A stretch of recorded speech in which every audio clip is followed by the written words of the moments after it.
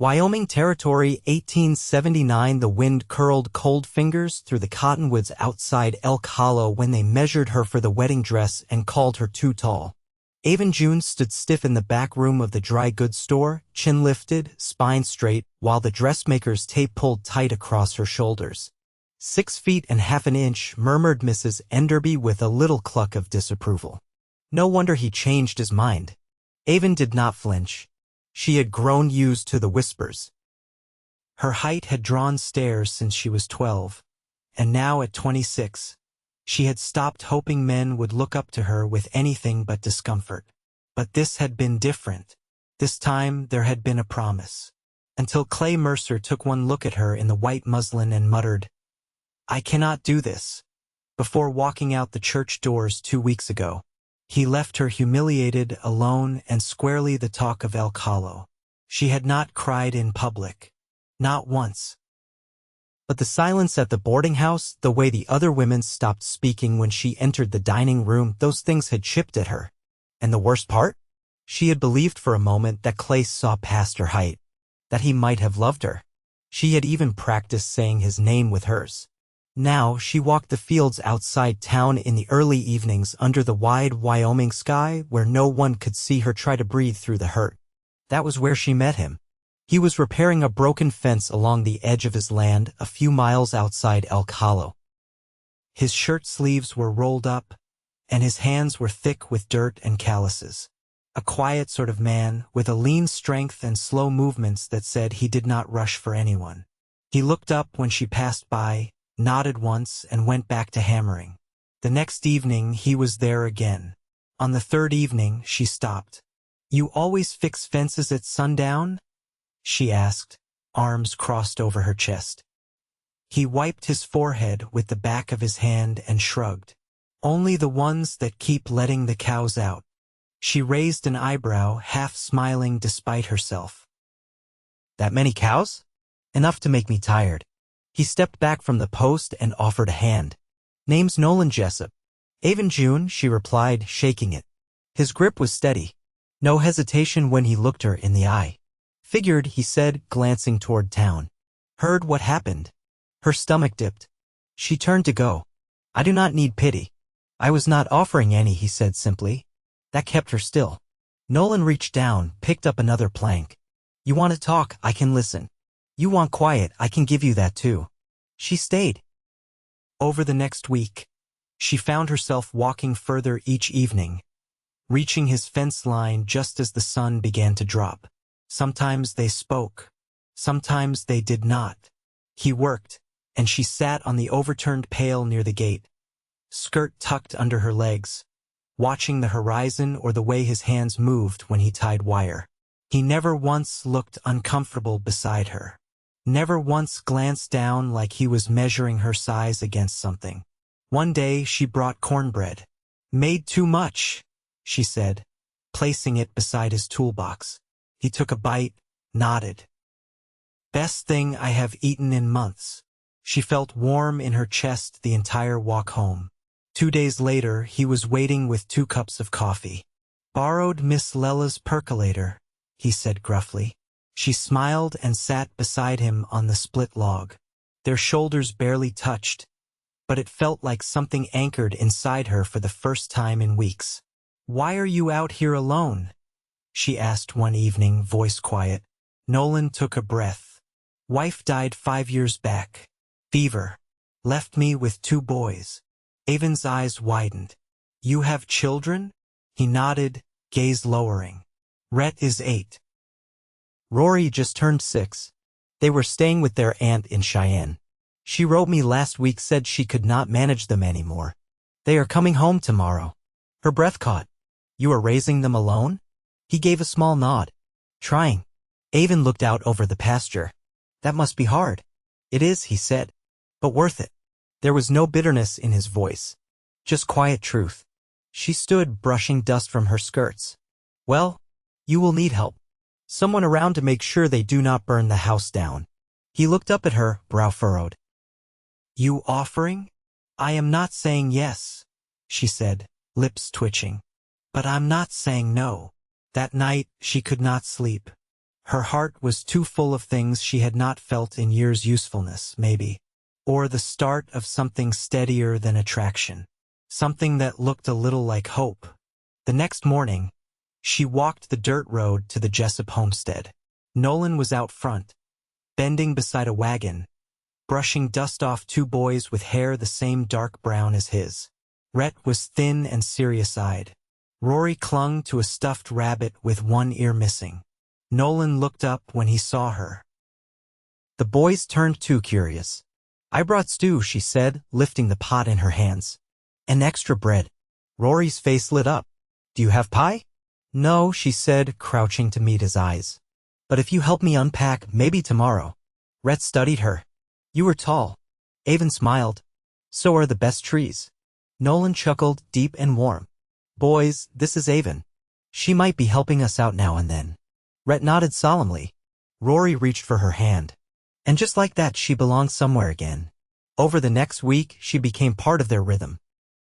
Mornings were loud with spilled milk and scrambled eggs.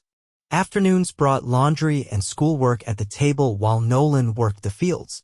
Evenings ended with stories beside the fire, boys tucked under patchwork quilts while Aven hummed low songs from her Tennessee childhood. Her heart stretched wider each day, stitched together by small hands and Nolan's quiet steadiness. One night, after the boys were asleep, they stood on the porch under the stars.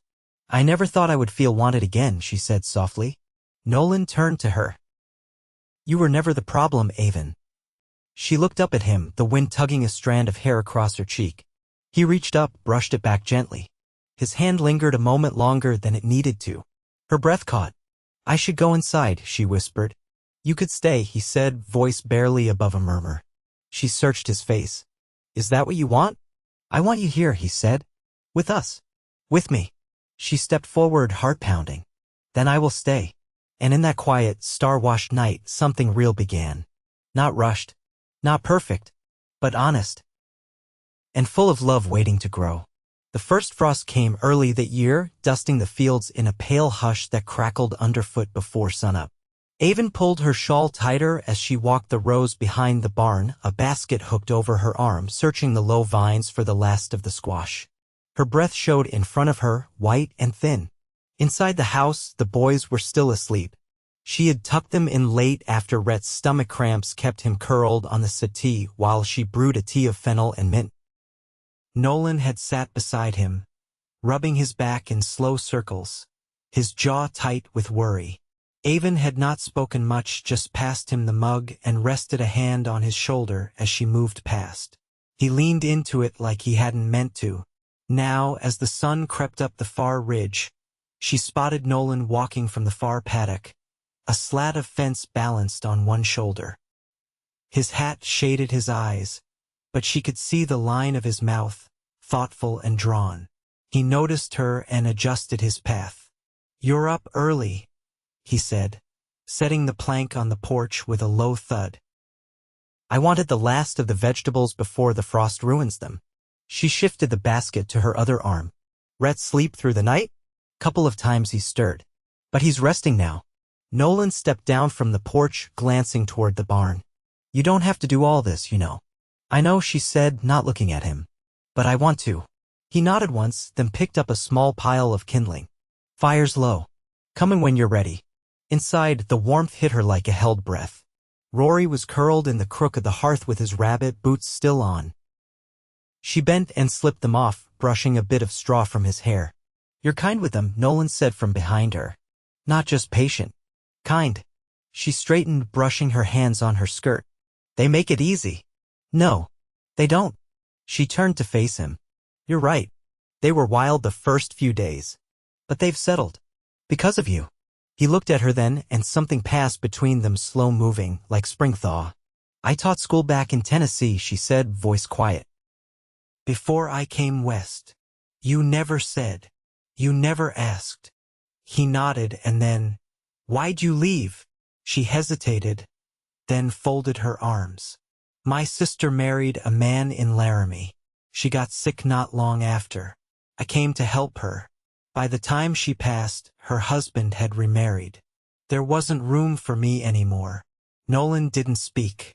He just reached past her for the kettle and poured hot water into the basin. She watched the steam curl up into the morning air. "I guess I've always been the one left behind," she said, not meaning to say it aloud. "You're not anymore." She looked at him, eyes searching his face. "Don't say things you don't mean."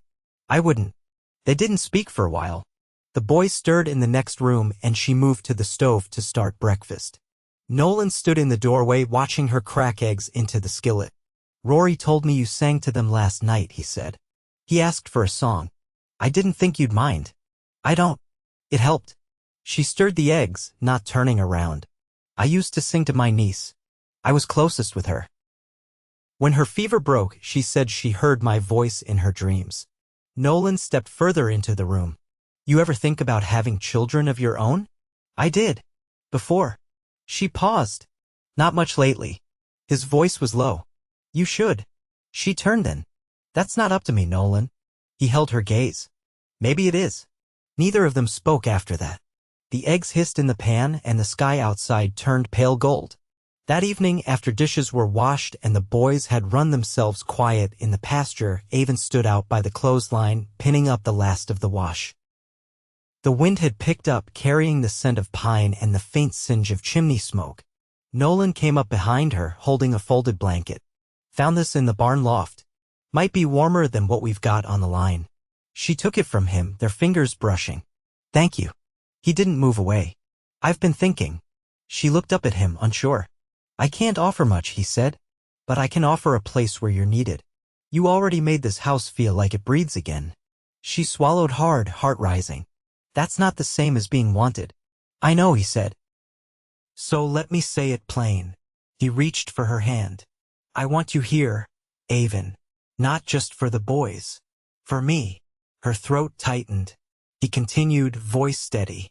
"I don't know how to say things pretty, but I know what it means to wake up and look forward to someone's voice.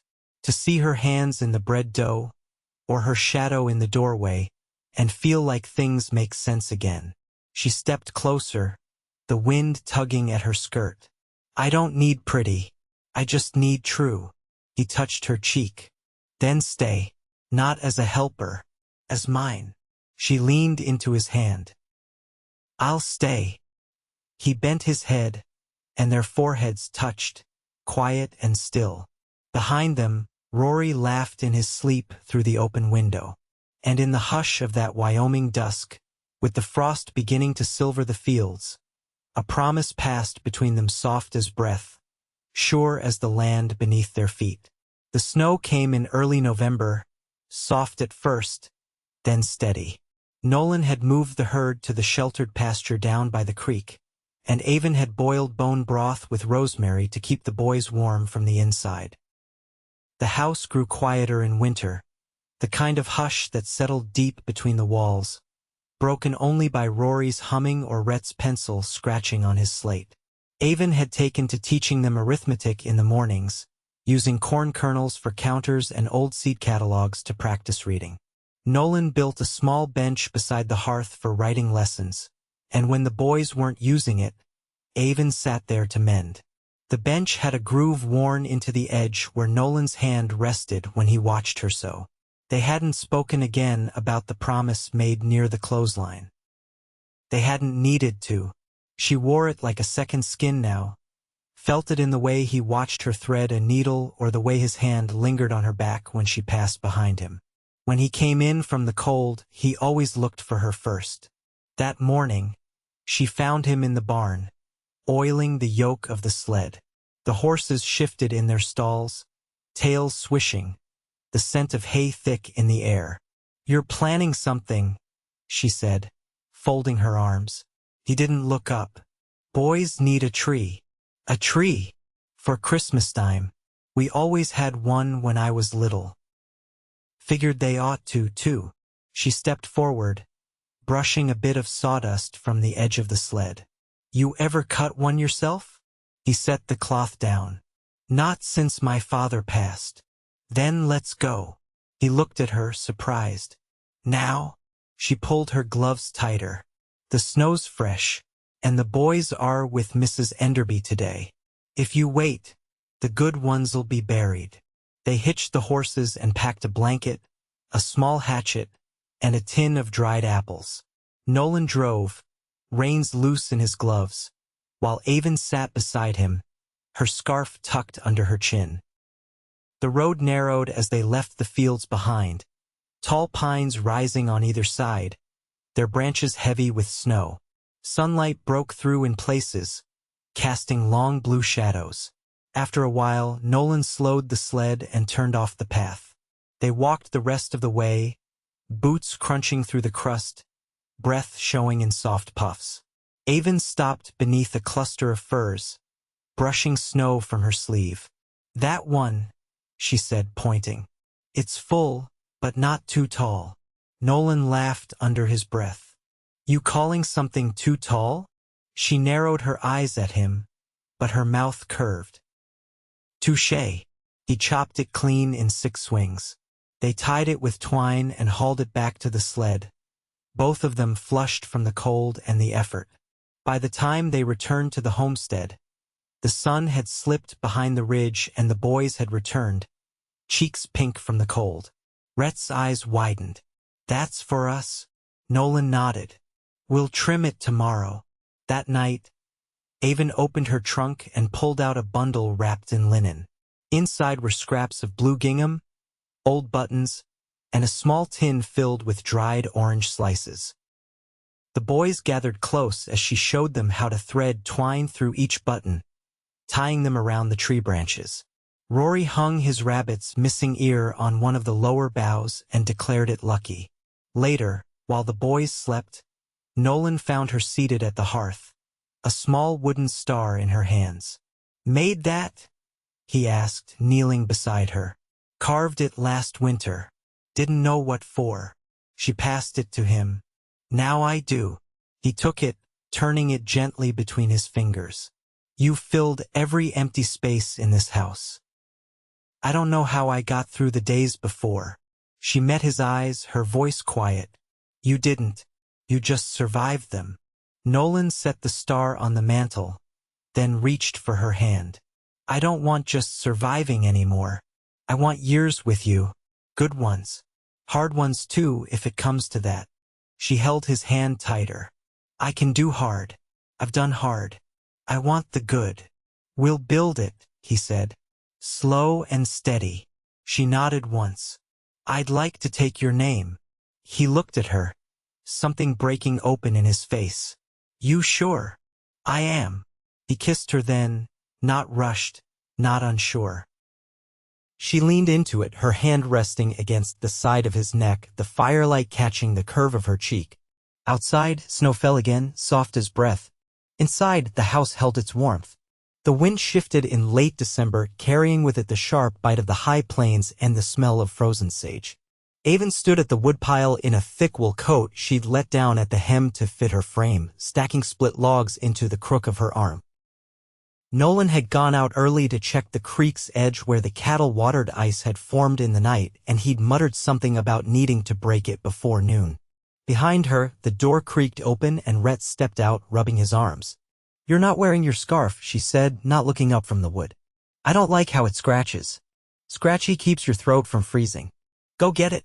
He hesitated. She turned to him, her voice firm but even. "Now, Rhett." He went. She finished loading her arms and carried the wood inside, the scent of ash and pine welcoming her back into the warmth. The stove clicked gently as it settled, and Rory sat cross-legged on the braided rug, arranging a row of acorns along the fringed edge. "Papa said we might go to town," he said without looking up. Aven set the wood down beside the hearth. "He mentioned that. Miss Enderby's selling peppermint sticks. He said we could each get one." She brushed a bit of snow from her sleeve. "Well, if we're going, I'll need an hour to finish the bread dough and change into something that doesn't smell like smoke." Rory looked up. "You don't smell." "Not to you," she said, smiling faintly. "But I'd rather not go into town looking like I wrestled a woodpile." The boys rode in the back of the wagon wrapped in a quilt, their mittened hands clutching the sides as the horses plodded along the frozen road. The snow had packed down since the last storm, and the wheels creaked but didn't sink. Nolan drove in silence, his eyes scanning the trees ahead. They reached Elk Hollow just past midday. The town had strung pine garlands between the storefronts, and children darted between barrels of salted meat and stacks of feed sacks, their laughter rising like birds from snow-heavy rooftops. Aven stepped down first, brushing her skirt smooth. She wore her hair tucked up beneath a narrow-brimmed bonnet, a small copper pin at the collar of her coat. Nolan helped Rory down, then Rhett, his gloved hand steady. "Do you need to see the blacksmith?" she asked as they neared the general store. "Later," Nolan said. "I'd rather stay with you." Inside, the warmth from the cast iron stove wrapped around them like a shawl. Miss Enderby stood behind the counter, her spectacles fogged at the edges. She gave a tight smile when she saw Aven but said nothing. Rhett and Rory made straight for the candy jars. Aven moved to the bolts of fabric near the window. She ran her fingers over a roll of deep green calico, then paused. Nolan stepped beside her. "You thinkin' of sewing something?" "I was," she said. "Maybe a dress for Sunday." He touched the back of her arm lightly. "Pick whichever one you like." She looked at him, brows raised. "It's too dear. I want you to have it." She nodded once and turned back to the fabric. Behind them, Rory tugged on Nolan's coat. "Miss Enderby says we can't have the peppermint unless you say yes." Nolan crouched beside him. "Then yes." The boys scattered in opposite directions, and he stood slowly, brushing snow from his pant leg. Aven stepped toward the front counter, fabric folded over her arm. Miss Enderby glanced at the bundle, then looked up. "I heard you moved in with Nolan Jessup." Aven met her gaze, calm. "That's right. I'm marrying him." The air around the stove seemed to still. Miss Enderby drew in a breath. "Folks said Clay left you because you weren't meant to marry." Aven's voice did not rise. "Clay left because he was afraid of being seen with someone who didn't fit his picture of a wife." Miss Enderby's mouth tightened. Nolan stepped forward. "You got something else to say it to me." Miss Enderby blinked. "I meant no offense. You took in her measure and found her lacking," Nolan said. "But she's given my boys back their laughter. She made my house into a home again. If that's lacking, I don't want full." Aven touched his arm lightly. "It's all right." He looked at her, then nodded, jaw set. They paid for the fabric and candy, and stepped back into the street, the sky now low and gray. That evening, once the boys were asleep, Aven sat on the floor with the green calico folded in her lap. She ran her hand over the fabric slowly, then looked up at Nolan, who was pouring water into the basin. "I've never had anyone speak for me like that." He set the pitcher down. "You didn't need me to, but I wanted to." She tilted her head. "What made you?" He sat beside her. "You've never asked for anything. Not once. And I've seen enough people in this life take more than their share. I won't let anyone take your pride." She reached for his hand. "I'd like to marry after the thaw." He turned her hand over in his. "We'll wait for the wildflowers. The boys can help gather them for the table." Her voice softened. "I want to sew something for the day. Something of our own." He pressed her knuckles to his mouth. "Whatever you make, I'll wear it proud." She leaned into him then, her shoulder against his, and they sat without speaking, the house quiet around them but for the low crackle of the fire. The snow fell outside, steady and unnoticed. Inside, they had already begun. The thaw came slowly, peeling ice from the eaves and loosening the earth with a long, patient hand. By mid-April, the creek behind the Jessup homestead had begun to run clear again, carrying broken twigs and bits of last year's grass downstream. Aven stood barefoot on the back stoop one morning, the hem of her cotton shift brushing her calves, and watched the water move. Inside, Nolan was shaving at the basin, his sleeves rolled and suspenders hanging loose over his hips. His voice carried through the open window. "You'll catch cold standing like that." She turned her head just enough to be heard. "I've missed the feeling of dirt under my feet." He stepped into the doorway a moment later, face clean, his jaw still damp. "You could miss it from under a blanket." "I could," she said, smiling. "But I won't." He leaned against the frame. Rhett says he wants to wear his brown trousers for the wedding. She looked over her shoulder. He's earned the right to choose. He also says he wants to walk you to the altar. She blinked once, then turned to face him fully. Did he say why? He said you're the reason we're a family. Her throat tightened. Well, then he can walk beside me. They married under the cottonwood that grew crooked near the edge of the property, its branches just beginning to bud. Nolan had built the benches himself using pine boards from the mill outside town. Aven sewed her dress from the green calico, stitching small white buttons down the back with thread she'd bartered for from a woman who raised silkworms near Fort Laramie. The morning of the wedding, Rory combed Rhett's hair with the careful diligence of a boy who knew how important the day was. Aven watched from the doorway. You'll both stand straight and wear your boots, won't you? Rory looked up, wide-eyed. Even if they pinch? Especially then, she said, and stepped into the room. Miss Lella, who had come early to help, tied ribbons around the boys' suspenders and handed Aven a small lace handkerchief. It's stitched from the hem of my mother's wedding gown, she whispered. Aven took it gently. I'll keep it close. The guests were few, just enough to fill the benches. Mrs. Enderby came, arms folded but quiet, and sat behind the preacher. No one asked why. No one needed to. The preacher cleared his throat and nodded toward Rhett, who stood beside Aven, chin lifted, one hand resting against her elbow. Whenever you're ready, Miss June. She looked ahead. Nolan stood beneath the cottonwood, a sprig of wild plum tucked in his vest pocket, his boots dusted from the walk. His eyes didn't leave hers even as she stepped forward slowly, the grass softening beneath her soles. When she reached him, he took her hand without hesitation. The preacher spoke, but Aven heard only the sound of the breeze through new leaves and the steady rise and fall of Nolan's breath. When it was time, he looked at her, voice steady. I'll keep your name close to mine all the days I have left, he said. And I'll never leave you wondering if you matter. She answered without pause. You've made me part of something lasting. And I'll stand by you even when the world turns hard. They kissed gently and the world seemed to settle into place. Afterward, the benches were cleared and a table set beneath the open sky, laden with stewed apples, roast chicken, and cornbread Aven had baked with Rory 2 nights before. Rhett made a toast with milk in a tin cup, solemn as a preacher, and declared himself the luckiest boy west of the Medicine Bow Range. That night, after the guests had gone and the boys were asleep on a pallet near the fire, Nolan and Aven stood outside, watching the stars come clean through the branches overhead. He touched the back of her neck, fingers warm. You never once asked me to change. You never asked me to shrink, she said. He turned her toward him. I've spent years carrying weight I thought I had to bear alone. You showed me I didn't. She rested her head against his chest. I didn't know what it meant to belong until I came here. You belong with me, he said. And I'll prove it every day. She looked up as shining. Then let's grow old right here. Raise these boys and plant more beans than we'll ever need. Let the world be wide and let our life be simple. He kissed her, slow and sure. You've got yourself a promise, Mrs. Jessup. Years passed. The boys grew taller, Rhett steady and thoughtful, Rory quick with questions and faster with his hands. Aven taught them to read with care and cook with patience.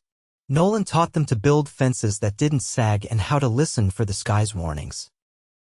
In summer, the family walked the ridge at evening, watching the sun dip behind the hills.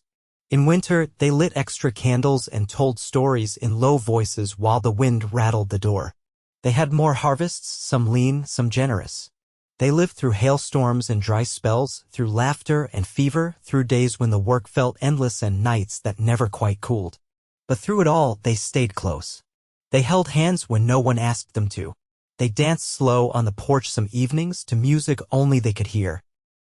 And when the world grew quiet around them, they would look across the table or the fire or the years and find each other every time.